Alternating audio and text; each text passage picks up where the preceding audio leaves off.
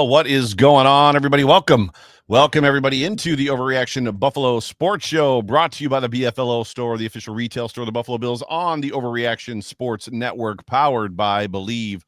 My name is Joe Miller, and you can find me on Twitter at Joe Miller Wired, alongside my two co-hosts, former Buffalo Bills players, John Fina and Jerry Ostrowski, and you can find them on Twitter at John Fina and at Ostrowski_Big O.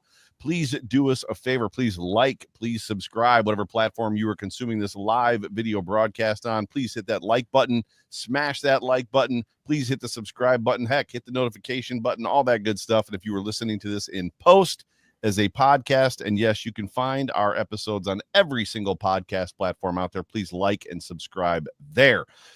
We've been spending our time here on the Overreaction Sports Show so far this offseason talking about the state of the Buffalo Bills roster, kind of into it a little bit. We got a long ways to go before the draft. What are we, we're Jerry O days away from the draft. John, did you know that? Did you know that? So there's a really good graphic that was put out today with Jerry's picture, with him in his jersey. But we've been talking about roster situations and kind of where the Bills are. Tonight on this episode, we're specifically going to look at the defensive line. But before we do that, let's hear from our show sponsor, the BFLO store. Maybe. Shopping for that special occasion? The BFLO store is the perfect place to begin for all things Buffalo. You'll discover the largest selection of Buffalo products and brand collabs not available anywhere else. From licensed team sportswear and gifts to Buffalo apparel and home decor. Visit any of our convenient locations or shop online. You'll find something for everyone. And you just never know who you may see shopping there. The BFLO store, Western New York's premier retail destination. Official retailer of the Buffalo Bills and Sabres. Let's go. BFLO is the official retailer of the Buffalo Bills. The BFLO store has you covered with all things Buffalo sports, city-themed, and more. From cold weather gear, and it's been cold here in Buffalo. It has snowed, I think, 52 or 51 of the 52 days this year so far. You can find all the best items for your fan cave. Shop right now at the BFLOshop.com or visit any of their 4 locations at the Transitown Plaza, Boulevard Consumer Square, McKinley Mall, or the Walden Galleria Mall. And we are very appreciative of the BFLO store and partnering with us this past football season. I believe that's our last ad read for them. We've made some great friends over there, and you never know who you're going to find at the BFLO store. However, I can tell you this. If you go in there and there's a really tall, very loud man shouting at the top of his lungs, yelling my name, Joe, it's that guy, John Fina. Hey, man, the world to me is a carnival. It is not a church. It's not a morgue. It's not a funeral service. I like to have fun. I like to bring the noise, if you will. Yes, you do. So can't take his ass anywhere, I swear. Not without a wheelbarrow, buddy. Gentlemen, it's so good to be here with you. Just got back from Mexico with the family the other night. You guys did a great job last week talking about James Cook and all that other kind of good stuff as far as that goes. This episode, we're going to focus a little bit on the defensive line as we kind of work our way through this offseason. And we'll probably or should have some more shows during the weeks of the draft or leading up to and then through the draft process, which we've got to talk about. I know that. But when you look at kind of like the situation, I think what stands out right now is the availability of what we would consider probably some generational type players in Myles Garrett, who's 29 years old. You've got Micah Parsons, who I think is 24, 25 years old. And then you've got Max Crosby, who I think is 27 years old. Joey Bosa is also another person that's out there that has been rumored recently to that the Chargers want to walk away from. And Joey is, I've got some stats. How about if I give you guys some stats on these guys first, kind of just at the top. So when you look at Myles Garrett, again, 29 years old, the older one of the bunch, but probably the most dominant force. Like when you think the guy that you guys played across from, the Bruce Smith of the league, this is probably that guy, right? He's the guy that's trouble for every offensive line. Myles Garrett has had double-digit sacks in every year but one. In his rookie season, when he didn't have double-digit sacks, he had 7, 13, 10, 12, 16, 16, 14, 14. Very productive, incredibly productive guy. He's got a ton of tackles for loss, 22 last season. So 9, 12, 11, 10, 17, 18, 17, 22, QB hits are ridiculous numbers, 18, 29, 18, 18, 30. I mean, the man's a menace, right? I mean, let's just put it that way, that the man is a menace. Now, Micah Parsons, and a cap menace too, and a bit of a cap, which he's claimed that upon a trade that he's willing to restructure his contract to make it more cap friendly for him. We need to do a cap show because it was recently announced that the salary cap is going to increase by around $25 million. Thank God.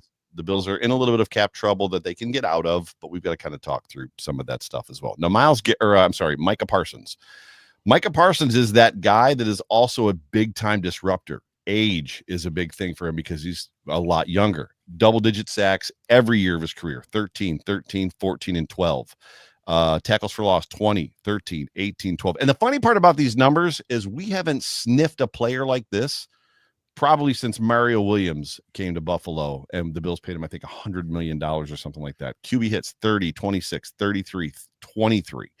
Max Crosby doesn't have quite the stats that the other two gentlemen do, but he's a menace as well. He's a guy that just going to get under your skin, and he's got the stats to back it up. Sacks, 10 in his rookie year, 7, 8, 12, 14, 7.5. And I would say that he was injured in 2024, so he missed 5 games in 2024. Tackles for loss, 16, 14, 13, 22, 23, 17. QB hits, 14, 13, 30, 36, 31, 20. I've got Joey Bosa's numbers, but at the end of the day, Joey Bosa is more of a, if you can add him on for cheap, you know what I mean? I don't know that that's the target. He's not the guy with the bullseye on his chest. In my opinion, it's one of those other three.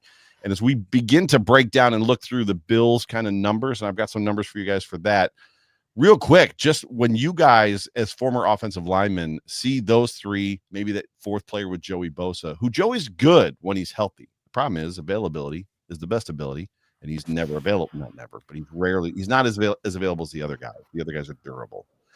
What sticks out to you in those first 3 names, or even with Joey? Like when you see them, when you view them as an offensive lineman, potential, ability, all that stuff.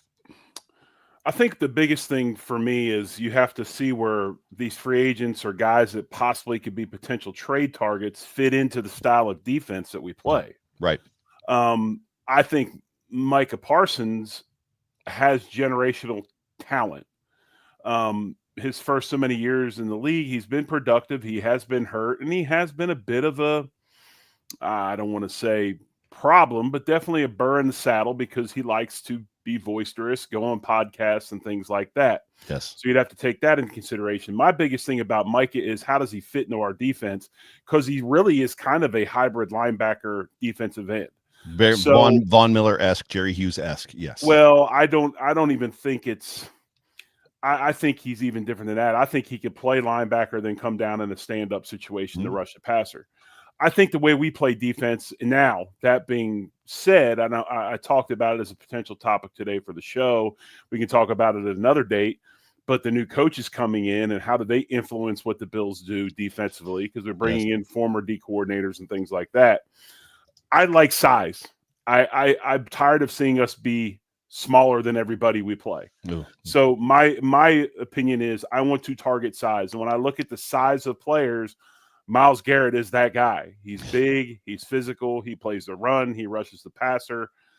I want somebody like that because as much as we play 4-2-5, we play with 4 down linemen and expect them to play a lot of run stopping and with just 4 guys or 6 in the box, whatever you will. So I want to see size. So I like the guys I like Myles Garrett over everybody just due to the fact he's bigger. Yeah, I'm with you, Jerry. I'm in the same camp. We need some size up front. We need people that can move the tackles. What really baffles me is having watched the Houston game with Joe in Buffalo, Kansas City versus Houston, that wild card round. It just didn't make any sense, or divisional round, pardon. Just didn't make any sense to me how when the Bills ended up playing the Chiefs, that they didn't take that page to drive those tackles deep. That's what Houston did. And then that's how Philadelphia just crushed the Chiefs.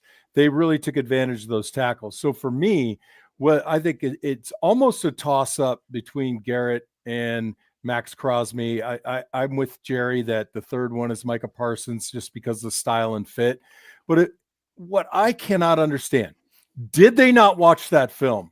Did they not see how Tooney and Javon were both just exposed on the snap of the ball? So here's my point. We can get the right guy, but if they're not scheming in them properly, if they're not, taking advantage of their skill sets and attacking the tackles the way they need to, then is it a lather, rinse, repeat for us? I like to think not. I'd like to think that Myles Garrett's a guy who's going to, be in the film room, who's going to prepare, who's going to look at the weaknesses and take advantage of them. You use the word lather, rinse, repeat. And I feel like that's exactly what this defense, for the most part, is. Now, we've seen some changes. We've seen some aggressive behavior change. We've seen some conservative behavior change. We've seen McDermott get a little more aggressive as it pertains. And there's some stats that, as I was going through for this show, that showed it used to be a lot of like defensive lineman sacks, and then it turned into some, more cornerback or linebacker blitz type stuff. I think the problem that I have with the lather, rinse, repeat, and we've talked about this, and we've debated it, we've argued it, and we've had conversations about it, and I've got stats to talk about, not necessarily this per se, but just results that I'll give you here in a second, is the Bills are in this, and they've been in it since 2018. We're going to spend a ton of money on the defensive line. We're going to have 9 guys, and we're going to rotate them at 40 to 60% because we don't want anybody to, quote unquote, get tired. Meanwhile, none of the guys have ever had anywhere near and you can call it stats, you can call it preparation, or not stats, skill, preparation, talent, scheme, whatever you want to call it. But none of the guys have the stats of the dudes that we're talking about that play 90% of the game, 90% of the snaps of the game. Chris Jones, like these guys that don't come off the football field, that just take over football games. They just rotate these guys in and out. And every year it's a who are some more dudes that we can pull off the scrap heap, so we've got 9 guys that we can rotate at 50% and pray that nobody gets tired. And it just, to your point, John, it seems like, well, that would probably work great if we were taking advantage of weaknesses at the offensive line, but it doesn't seem like we do, right? Yeah, look, I go back and forth on this mentally with you about the number of reps and percentage of reps that these guys take. I just think that there is a real problem with Epinesa and Rousseau in 3rd and long compromising tackles. They're not bringing enough that makes the tackle just unable to deal with the skill set that they're bringing. Yeah. And where I would counter myself on that is, say you bring in a Myles Garrett for that position, he's the guy that you want on the field on 3rd and 8. Greg Rousseau has shown that he can play the run very well. Agreed. So instead of having Greg, who's an ineffective pass rusher, in my opinion, bring him to the sideline, move him to a 3 technique, or flip him over and pull Epinesa out and rotate those guys on 3rd and long with Myles Garrett in. I mean, there are options there. They either aren't developing the skill set through coaching, or they're not taking advantage of what the tackles are giving them when they study film. Yeah, exactly. And I just want to press in on Chris Yankee's comment here. To be fair, if you look up the snap counts of our top guys this year, they did go up. And that's true. They did go up. They weren't, I don't think anybody was in the 80 percentile, but yes, they have gone up from that kind of like living in the 49 to 59%. I think a couple of the guys were into that low 60s area. So the Bills have toyed with that a little bit. To me, there's just an aspect of like what you've tried over the last 4 to 6 years has not worked. And if you want to call, and they've had different coaches. So like Eric Washington was here and then was gone. They've had different D-line guys. They've rotated guys. They've had a breadth of different dudes. Like when I give you this information, like some of the names that are in here. So 2020. So let me just, Jerry, do you want to say something before I hit stats real quick? No, please go, because I'm trying to find something over here on my stat sheet. Perfect. So 2020, the Bills had 38 sacks as a team. 97 tackles for loss. In 2021, the Bills had 42 sacks as a team, and this includes defensive backs and linebackers. 92 tackles for loss. In 2022, the Bills had 40 sacks, 90 tackles for loss. 2023, 54 sacks, 80, and that was the Leonard Floyd year, the one guy that had 10, right? 10 and a half. 86. 2024, 39 sacks, 93 tackles for loss. The average for top 5 defenses in the league, 2020 to 24, the average were 51 to 55 sacks on the season. The average defenses. Now, when the Bills had 54, they were not in the top 5. because the other teams, there was one team, I think Denver had 70 that year. It was kind of crazy the amount of sacks that they had that year. 2024, Groot led the way with 8. AJ Epinesa and Vaughn both had 6 in the playoff. That was for the season. In the playoffs in 2024, in 3 playoff games, the Bill had 3 sacks total from defensive linemen. 3. 2023, Leonard Floyd led the way with 10.5 sacks. Ed Oliver had 9.5. AJ Epinesa. This is going to be a recurring name, AJ Epinesa, which is funny because a lot of us don't feel like we kind of feel like we want to move on from him or move him to a smaller role on this defensive line. AJ Epinesa had 6.5. Terrell Bernard had 6.5. In the playoffs in 2023, from defensive linemen, the Bills had 1 sack in 2023. 2022, Von Miller had 8.5. That was his injury year. He probably would have had a stellar year. Does he not blow his ACL that year? Groot had 8. AJ Epinesa 6.5. In the playoffs, the Bills had 2 from defensive linemen. 2021, go ahead. Are you throwing 6.5 out with Epinesa saying that's good? No, but it's more about the only consistent name. I mean, it's AJ and Groot, right? Are the 2 kind of consistent names, but they're getting probably the lion's share, the bulk share of the snaps, right? They're the guys that are drafted. Think, we'd really have to take a super deep dive to see when those sacks happen. 100%. Right? 100% true. To me, the difference is Max Crosby and our guy at Cleveland, Myles Garrett. They changed the game in the second quarter, the first quarter, early in the right. second half. If we're up by 10 and you get a sack, late in the fourth quarter, I'm not impressed. Well, 2022 or 2023, 3 of AJ's 6, one of those 2 years was in the second week of the year when he had 3. He had 3 in one game. Let me finish the last 2 seasons that I got for you. 2021, Mario Addison had 7. Ed Oliver had 4. Groot had 4. In the playoffs, they had 4 sacks from defensive linemen. I think Jerry Hughes had a couple of them. In 2020, AJ Klein had the most sacks on the team. AJ Klein with 5. Mario Addison with 5. Jerry Hughes with 4.5. In the playoffs, they had 4 sacks from defensive linemen. I just don't feel. I guess it begs the question, Jerry. If you're still looking for something, or if I can just bend your ear for a second. You can bend my ear. Is this to John's point? Is one of these guys going to fix it, or is this a philosophy issue? Here's what you're going to see, and you can see this throughout history. Okay, anytime a defensive front has multiple people that can rush the passer, you're going to get home because the offensive line cannot go ahead and focus on one player. Scheme. If you look at the 85 Bears, okay, Wilbert Marshall was a sack machine because Richard Dent was on the other side of the field sacking the quarterback. Mm-hmm. When you look at some of these other teams, if you look at the Chiefs this year, Karlaftis had a career season because they were double teaming Chris Jones. So do you want to make Groot better? Bring him another piece on the other side of the line. That's good. And now all of a sudden you can't focus on one or the other because you know as well as I do, Epinesa, those guys are not demanding double teams. No. So if you're going to go ahead, neither of them are, Jerry. Right, neither of them are. But what I'm saying is that if you want to free things up, have more guys that can rush the passer. And it's, and I'm glad that Chris put this up, okay? I'm glad he put this up. I want to show this real quick. Mm-hmm. Rousseau played 71% of the plays this year, okay?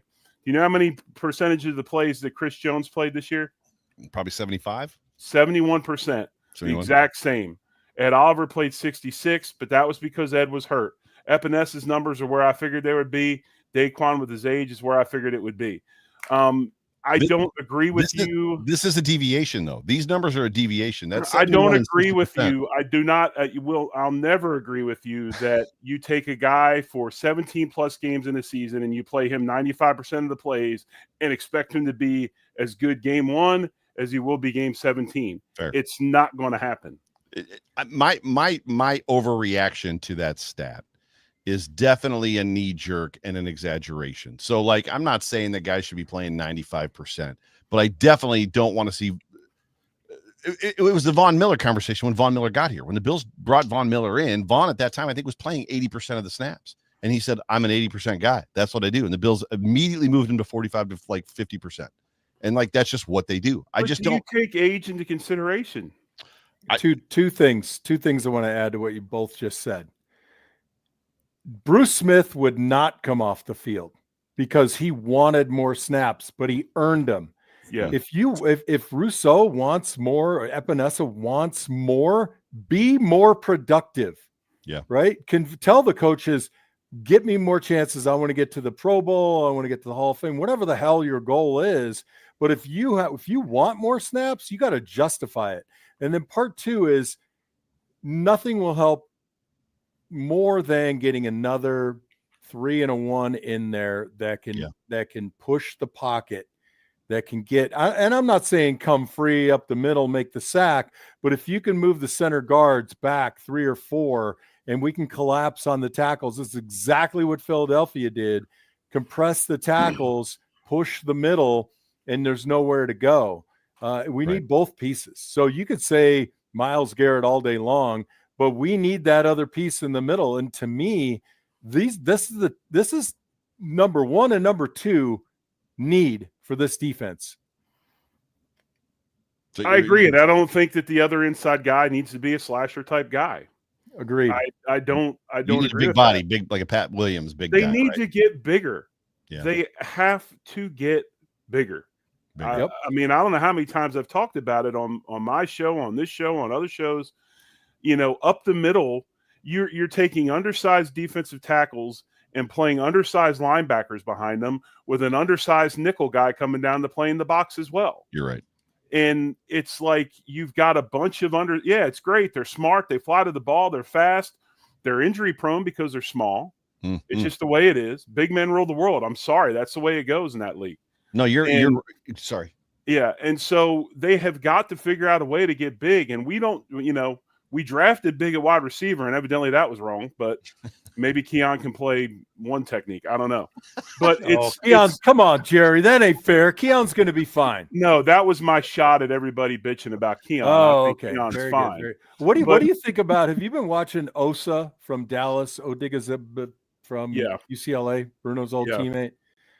I mean, he's an inside guy that's available as a free agent this year. Yep. I think what's interesting about your point about size is when you watch the Chiefs defense, when you watch the Browns defense, like Myles Garrett and Chris Jones are imposing figures on the field. They're big dudes. You don't have to from a shoulder shot, you know which one is which. Like who Myles Garrett is without seeing his number. You know who Chris Jones is without seeing his number because of how big they are. They're just big, imposing figures. So Jerry's going to love this. I'm sorry to interrupt, but you're fine. When we talked about, you don't have to scheme to get to Rousseau or Epinesa, right? So you bring in a guy, Crosby or Garrett, and now you got to scheme for that guy. You add another piece that can push the middle that you can run some games with.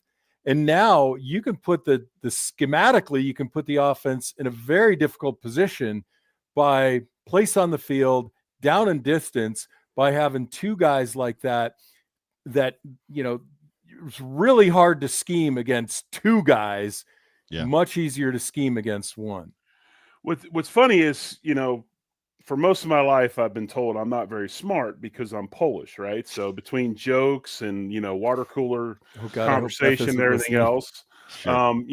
Obviously I'm not supposed to be very smart, but I do know a few things in life.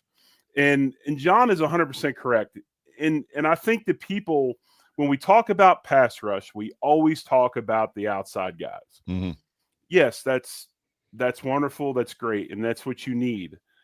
But the quickest way to the quarterback is straight up the middle. Yep. And you've got to have guys that can press the pocket, because when you press the pocket, quarterbacks have to move. Now they're moving into those guys on the outside. So it goes hand in hand. I don't care what we do, but anybody we sign better be big. That's all I care about. I want some damn size. Go see if we can get Tim Bowens out of retirement. I don't care. Sam Adams for you. We get some big people. So I just want big people. I gave you a 2-tiered stat line as it pertained to the Bills over the last 5 years. And I'll get to that in a second. We've got, I'm not telling you anything you don't know. We've got a defensive line and a defensive scheme that is predicated on the front four getting home, which they don't. And it's the numbers prove they don't. When they had a true edge pass rusher last season, 2 seasons ago, 23, in Leonard Floyd, he had 10.5 sacks. Ed Oliver, you could say, benefited from Leonard Floyd. Like those guys kind of worked together, like to what you guys were saying. Who are we gonna stop? Who are we gonna double team? Who do we have to keep a hand on? If we get this guy, then that guy's getting free. If we get that guy, then that guy's getting free. The problem that I have is our defensive line gets erased in the playoffs. 2 sacks, 1 sack, 3 sacks. And it's not like they're playing one game. It's not like they're getting one and done, bounce at least 2. So they had 3 and 22, 2 and 23, 3 and 24 games played in the playoffs. 2 sacks, 1 sack, 3 sacks from the defensive line. They just get erased. They've got to find, if you want to play get home with 4, you've got to do what the Eagles did. The Eagles got home with 4 over and over and over. How did they get home with 4, Joe? You tell me. Big men. Talent. Talent. Sure. It's not hard. I mean, that's why I laugh every week when we come on here, and soon as we lose a game, McDermott sucks. They all suck. Fire the coaching staff. Fire everybody. If you want to fire somebody, and I don't agree with this, I'm just saying, to top my comment off, fire the front office, because they're the ones responsible for getting talent in the door. And the roster, we talked about it from the beginning of the season, the roster was not complete. That's what you need to do. You need to have talented, and believe me, what's funny is it's hard to find them in high school, it's hard to find them in college, and it's hard to find them in the league. Yep. So you've got to go out of your way to try to find these guys. And I don't know what it is. I don't know if you do what the Eagles did and you say, okay, any defensive lineman we're drafting has to have played in one of the top 2 to 3 conferences in the country, and we draft nobody but SEC guys. I don't know if that's the answer. I'm just saying that at some point in time, we've got to get over this, because it's just like we talk about with our linebackers. Bernard's a nice player. He's not overly big. No. And when you don't have D linemen to keep offensive linemen off of him, you just put a hand on him and he's out of a play. Yep. It's just physics.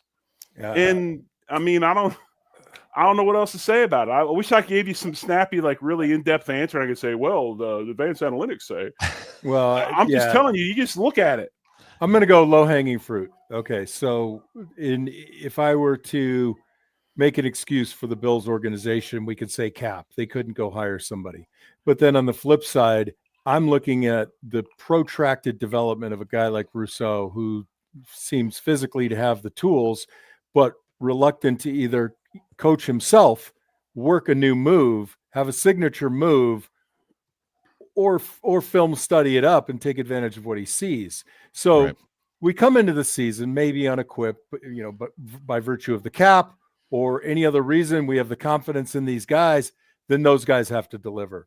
And it's just not there. I predict, though, if we bring somebody in to take pressure off of Rousseau, we won't even talk about him. Not because we're not talking about him because he's not doing anything. We won't be talking about him because we're not expecting him to be a superstar pass rusher, which if you watch his game, that's not his strength. Jerry, he's not even close to. I mean, he's barely serviceable. When you look at these guys, I got 2 final questions for you before I get you guys out of here. When you look at the guys, so Greg Rousseau, University of Miami, so he's Miami SEC, but he played 1 year at defensive end for the Hurricanes, and then COVID, and then went to the draft. What do you got? You got Ed Oliver, played for Texas, if I'm not mistaken, right?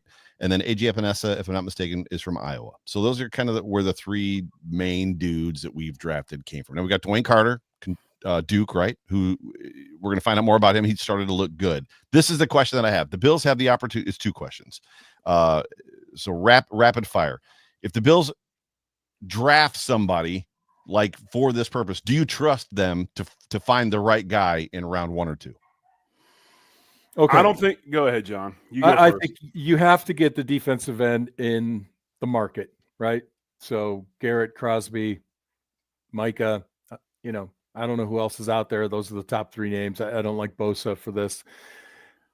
I was wrong. If you Houston, Ed Oliver played at Houston, not Texas. If you can get a 3 technique or a 1 technique, a big body in free agency also, then yes. But if you cannot, I think you got to draft it. So D end in the market, D interior D line in the draft. Jerry? And do I trust them? Joe, I don't think it's about trusting the organization. It's about the guy and how his fit is and how hard he works and how he delivers. Is it AJ Finessa, Boogie Basham, Ed Oliver, Greg Rousseau? The list is long and distinguished. I was shocked that Basham did not become the player that I had hoped. He was a menace. He was a menace in college. And when we got him, I was thrilled. So at some point, this lays at the feet of the player. Jerry? Personally, I think that anybody that's brought in to play defensive line needs to have snaps in the NFL. I want to see veterans brought in for those positions. I don't want to develop anybody. And are we going to find a difference maker at pick number 30 in the draft to play defensive line? Probably not. We're going to find a good player with a lot of upside and a lot of talent, but somebody you got to develop. We got enough guys to develop. Gotcha. You need to bring guys in that can play. So to me personally, if we didn't have a first and second round pick because we traded for somebody, I would be perfectly fine with that. If we came on here and had the draft recap after the first, second round and we didn't have any picks, I would not have an issue with that because that meant we went out and got somebody, which is what we need to do. I love you for it, Jerry. I just think it's a money issue. You want to get a 3 technique or 1 technique and a defensive end in the free market. Oof. With our cap situation, I love it. That's what I want as well. Trying to be you're going to see the cap rework through guys let go. You're going to see guys have to make hard decisions for redos, which I think will happen. The cap went up exponentially higher than people thought it was going to go up. Is the cap situation perfect? No. Is it dire? No. I think there's some things that can get done, especially with the fact that you can sell these guys on the fact that you are the piece to get you over the top with what we have on this football team, meaning Josh Allen 17. Yeah. Is that enough of a carrot? Is that enough of a carrot? Yeah, I mean, your window to play in the NFL is – we're going to find out. Yeah, I mean, we're going to find out. And I think that, if a Myles Garrett, we strike out on a Myles Garrett, if we strike out on a Max Crosby or somebody of that nature, we may have to bring in a Joey Bosa and roll the dice. But he's going to have to come in at a reduced rate. Yes. I still like a guy like Hendrickson in Cincinnati. I think he does a tremendous job. I personally I love Max Crosby. I don't like Max Crosby in our defense. Right. I like him as a pure 4-3 pass rusher. I like Trey Hendrickson as a fit in our defense. I like his motor, his skill. He's quiet. No, you never hear from him, but he did roll up on Josh Allen's knee very intentionally in the DeMar Hamlin game, which a lot of people. It'll be. I don't know how you guys as players feel about that type of stuff when. I will write his apology letter myself. I'm reasonably eloquent. I will put it in his hand and I'll say, sign this, and we'll put a stamp on it and hand it to Josh. I don't know. I don't subscribe to those periodicals because I don't think anybody honestly knows what goes on, to be perfectly honest with you. I'll send you the clip. I'll find the clip and send it to you. It was obvious, but anyway, that's fine. Very fun, very spirited conversation about the defensive line, and we got a lot more offseason to talk about, just different positions. But I'm gonna get us out of here. So any final thoughts before I let us go, fellas? Get us a big guy with snaps. 2 big guys with snaps. Yes. If you're a wrestling fan, turn on the Big Ten Network. Iowa, Oklahoma State tonight should be a barn burner out of Iowa City, Iowa. Nice. Awesome. Ladies and gentlemen, thank you so much for tuning in to the Overreaction Sports Show, brought to you by the BFLO store on the Overreaction Sports Network, powered by Believe. It's so good to have all of you with us. Thank you for joining us in the comment section. Spirited conversation in the comment section. Thank you for all the information, Chris and Daniel and everybody else that helped out as well. Appreciate you guys. Love you guys. We'll see you next week on Sunday, where we're going to talk about another position group. I don't know which one. We'll figure it out then. But for me, for John, for Jerry, for all of us here at Overreaction, we love you guys. We appreciate you. Go Bills. Go Bills. Much love. Go Bills. Go Bills.